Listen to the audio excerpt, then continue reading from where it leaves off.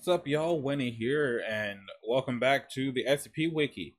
Today we're going to be checking out 1471, which, if it's what I think it is, will finally answer some questions. It is what I think it is. Okay, so, SCP-1471, it is Euclid. Special containment procedures. All mobile devices that have 1471 installed are to be confiscated and analyzed for potential leads to other possibly affected devices. Afterwards, affected devices are to have their batteries removed, be, be assigned a designation, and placed in Storage Unit 91 at Research Site 45. All online application stores for mobile devices are to be monitored to prevent any inadvertent sales of 1471. Suspected devices are to be targeted for using self-uploading malware in order to disable the device until it can be seized by field agents. Here's a picture, and it says last image received by SCP-1471 9405 before being rendered inoperative. Description: SCP-1471 is a free 9.8 megabyte application for mobile devices named MalO version 1.0.0 in online application stores. 1471 has no listed developer and is somehow able to bypass the application approval process to go directly to distribution. It is also able to avoid removal by other program manager applications. After 1471 is installed, no icons or shortcuts are created for the application. It will then begin to send the individual images through text messaging every 3 to 6 hours. All images will contain 1471A either within the background or foreground. A appears as a large humanoid figure with a canid-like skull and black hair. During the first 24 hours following the installation of 1471, the mobile device will receive images taken at locations commonly frequented by the individual. After 48 hours, the mobile device will receive images taken at locations that were recently visited by the individual. After 72 hours, the mobile device will receive images of the individual in real time, with A appearing within close proximity to the subject. Individuals with over 90 hours of exposure to these continuous images will begin to briefly visualize A within their peripheral vision, reflective surfaces, or a combination of the two. Continued exposure after this point will cause irreversible and sustained visualizations of A. Individuals at this age have reported periodic attempts made by A to visually communicate with them, but fail to understand or comprehend these actions. Currently, the only known treatment to reverse 1471's effects is to eliminate the individual's visual exposure to these images prior to 90 hours after installation. To date, no apparent hostile activity has been reported regarding A. Level 2 access required. Archival document 1471-1. Note: SCP-1471 as posted on application stores. Version 1.0.0. Free! Reviews 0. Description: for blank. Never settle for those awkward feelings of being alone ever again. MalO is an exciting and interactive experience that will keep you engaged and intrigued. The anxiety of social situations can be nerve-wracking, but after just a few hours of MalO, you will soon forget all about those painful emotions of disappointment. Be part of the new craze that is quickly becoming the next social substitute. Remember, the more you participate, the more MalO will engage you. Your experience is completely up to you. Absolutely no ads. Enjoy! And then there's a bye, which seems to lead to a story. I was scared when I first saw him. It happened just as you told me. The messages, the pictures, seeing him around every corner. I was so young. Who wouldn't have lost it? William sighed. By then, he was over the creature following him. It wasn't like it was going to go away, no matter how much he begged or pleaded or attempted to bribe. He knew that the best and only solution was to just get used to Capone being there. At least he had the solace of knowing he wasn't going insane. Believe me, William, I know many people have reacted the same way. Fear is a more common reaction to the unknown than you'd think. Dr. Laura Brains consoled him. These cases weren't exactly common, but they were commonly known. It's not even that I'm afraid of him anymore. I mean, he makes me jump when I see him in the morning. I don't think I'll ever get used to that. It's just the bad connotations he has, William rebutted. I know that he does, but it happened 2 years ago. I know it's hard for you, especially with your shadow, but you need to carry on, Dr. Brain stated. William just sighed as she continued.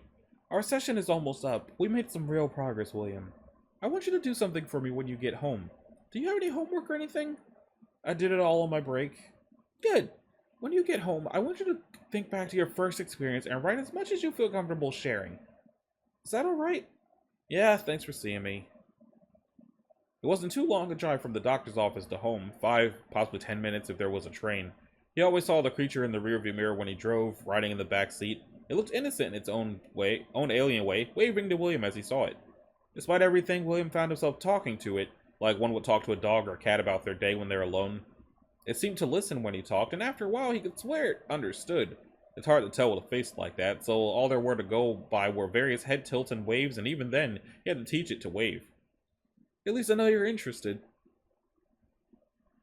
Drop the backpack near the door, go to the patio, wave to Capone from the mirror, fridge, drink, chair, crash. William's afternoon routine was more clockwork than it should be. He thought back to his session with Dr. Brains. Brains. She wanted me to try to recapture the experience when I first saw him, huh? William mumbled as he grabbed a few sheets of paper and a pen. Bit by bit, he pieced together the sequence of events that led up to this point. I've had Capone with me ever since I was 15 years old. I remember that my 20-year-old sister, Sarah, brought an app that she downloaded earlier at the dinner table one night. Brought up an app. She had no idea how it does it, but hazarded a guess that tracks you through your phone's GPS and sends you pictures of the places you've been with a really cute monster placed in the photo to make it look like it's following you. It didn't seem that weird. I recall that Google Maps could get a decent ground photo at the time, so just add Photoshop to that and you'd have a gimmick. Plus, we knew it couldn't be a virus. The App Store checks every app for things like that before peddling it. The only thing I found legitimately off about it at the time was that it was both free and adless. Her explanation of it sounded pretty cool to me, so I asked Sarah to help me download it on my phone. She told me that while my old hand-me-down flip phone did have something like an app store, it most likely didn't have MalO. Didn't stop her from looking, though. Sarah was a good sister. She really could have told me just to get out of my hair, just to get out of her hair, but she always took time out of her day for me, packing my lunch, playing with me, bringing me to R-rated movies when I was clearly too young for. I was lucky to have her as a legal guardian when our parents went away. I was too young to process it all when it happened, but Mom and Dad died from a head-on collision with a drunk driver. Sarah took care of me as my legal guardian up until I moved out for college. God knows where I'd be if she didn't. After some prodding, she found the app, which was a surprise to both of us. It was obvious that my phone didn't have any kind of GPS, but neither of us had even thought about it until much, much later. Soon enough, I received my first picture. I'll never understand the way Sarah saw the world, if that was her idea of cute. The photo was taken in my school's courtyard with the creature I'd soon call Capone sitting on one of the benches. You could barely see him, but there he was, covered in his black matted fur with his knife-like claws, a set of blank pure white eyes, and that face, which was merely a skull belonging to some kind of large beast, looking directly at us with that huge wolfish grin. I gave the phone back to Sarah, telling her how terrifying it was, and that I didn't want the messages anymore. She just jokingly punched my shoulder, saying, "Oh, don't be such a baby, it's too cute. Look how happy he is to meet you." I looked back at his face, his wide grin specifically. I have to admit I laughed at that. It was just the sheer wrongness of that statement that made me listen to the next. "I'm sure it'll grow on you eventually. Tell you what, if you can put up with him for one whole week, we'll go see that movie you wanted to see. If he still gives you nightmares, we'll delete it. If you end up liking it, we'll laugh about it later, deal?" I looked at the picture again. It appeared that getting a photo every now and then was the extent this was going to go, and looking at it in hindsight, I probably would have kept it on for next to nothing if she really wanted me to, so I agreed. Sarah was ecstatic after that, and assured me that I wouldn't regret it while showing me some of her own pictures. She only had 3 so far, one at her office, one at the park, and another on the road we lived on, each picture containing her own clearly visible entity. I must have looked nervous or something, because she suggested that I name mine like she did with her Cassandra. I thought about it for a bit. Let me make something clear, though, because it seems to come up whenever I tell people this. I did not name my MalO Capone because of the incident with my parents. I didn't even know that my mom and dad's arrest involved alcohol at the time. I named him after a history lesson I found amusing in school where people's fear got the best of them, and as my teacher put it, it ended up doing more harm than good. It was intended as a reminder that I shouldn't be making the same mistake. I saw a bit of light in this whole thing after giving it a mock title and thought it wasn't going to be that bad. I went to bed and my normal life went on for just a little while longer. I continued to get pictures of Capone for a while, following me at school, the bus stop, my street, virtually everywhere I went. It wasn't until the 3rd or 4th day when I got called in from class I was thinking that I was in trouble for something, even if I didn't know what, but as soon as I saw Sarah, that feeling was stifled. She looked very shaken. The instant she saw me, she immediately yanked my arm and brought me to the car. Sarah was not looking good at all. She kept asking questions about Capone, things like if I saw him or if I received any photos from him with me in the images. I haven't checked anything from today, but when I checked, there were 2. I remember exactly when and where those messages were taken because during them, I made a mental note that I got some text from Capone. They've been sent as soon as they've been taken. Sarah knew that we were being pursued by something. She probably had no idea by what they were, and I knew she had no idea what they were doing, but she knew that they knew where we lived. She couldn't figure out how to delete it. She said she tried everything but couldn't find a way to get it off. She couldn't even find where the app went. I'm not even sure what we were planning to do, but before we could even fully plan a course of action, I got another text. Sarah froze and stared at me as if to say, "Don't look at it." If I didn't, I could have had a semi-normal life right now. It would have been over the news within the week and we would have known. But I did. I opened the phone and there we were, just sitting there, with that fear-stricken look on our face. The photo was clearly taken from the hood of the moving car, giving us a clear view of what was behind us. He took up most of the back seat and towered over me. We both turned around, preparing to scream at the monstrosity behind us, but when we did, the seat was empty. We didn't know what was happening or what to make of it, but we felt that the only thing to do was run away, abandoning the car.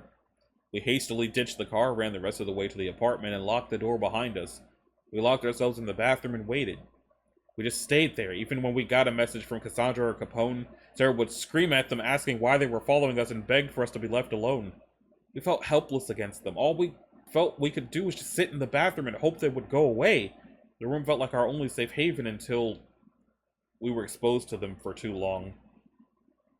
Sarah started to panic, saying that she kept seeing one of them behind her. I wasn't seeing it, though. I was more concerned about trying to calm her down by telling her that maybe they weren't really there than I was seeing about Capone in the mirror. Oh. I convinced Sarah that we needed to leave the room out of necessity. We couldn't stay in the apartment forever, and if they wanted to get us, they would have done so already. We called the police, and here we are. We both got help, but I was the lucky one. Everyone's case was different in terms of interaction, but for me, Capone was always in a mirror or some reflective thing large enough to show him. He was predictable, and I could find ways to block him out when I needed it. I learned how to expect Capone, and after a while, he kind of grew on me. I used to have a makeshift curtain that I would pull over the mirrors when I didn't want to see him, but I started using that curtain less and less as time went on. Capone always seemed to try and interact with me, even if I didn't understand what he was trying to say most of the time. I started to greet Capone with a casual wave as I passed by him from the living room mirror, and eventually started to wave back. He kind of became a constant companion to me, and I adjusted to Capone just as he adjusted to me. My case wasn't as severe as Sarah's. She saw Cassandra everywhere she looked, around every corner, just out of sight over her while she slept. Sarah took her own life 2 years ago. I wanted to blame the MalOs for it, but I can't. Following the person who looks at their messages is just what they do. Now, every time I see Capone, I'm reminded of what I did in the car that day. I knew I shouldn't have picked up that text. If I didn't, she would still be here. It was almost 4 hours since William started writing, but he almost felt relieved. He's never actually told anyone about this much in such detail before. The majority of what happened was kept between himself and Capone. He looked up to the creature in the mirror from across the room for a few seconds, as it gave the old familiar wave. William was silent for a minute, staring at Capone, and then back to his papers. He felt the need to make one last point. But then again, how would I have known? I don't know who made the MalOs or why. I don't even know if anyone actually made the app. Many things like it have been created naturally, or have been given some kind of anomaly out of sheer chance. It would make so much sense if some physical thing was to blame, but there's none that I can legitimately find. None on the MalOs, none on me. Just on chance. Why is this written as heartwarming slice of life when, like, partway through his sister went crazy and killed herself? That doesn't really strike me as heartwarming. Let me try to go back to the SCP. It says computer, Euclid, humanoid, media, SCP transmission, uncontained visual. So, nothing about this really explained to me how I've been seeing it. Like, I pretty much exclusively see people drawing not safe for work stuff of this creature. And so I was under the impression that that was a part of what the SCP is, because that was the only thing I've ever seen of it until reading the entry. And now that I've read the entry, it sounds like the only reason that that's been happening is because of what Internet Rule 34 is. And it doesn't actually have anything to do with the SCP. And if anything, I feel like the people who draw that stuff of it probably don't know any more about it than I did. But now I know exactly what it is, and if they do know, I have a better understanding of why they do that, except for the fact that they always draw it actually interacting with people. So, I don't know. Internet's going to internet, I guess. But that being said, that's going to do it for this episode. If you liked it, a like and a subscribe will be groovy. If you want to click the bell, that'll notify you of future uploads. And I'll see y'all in the next one. Later.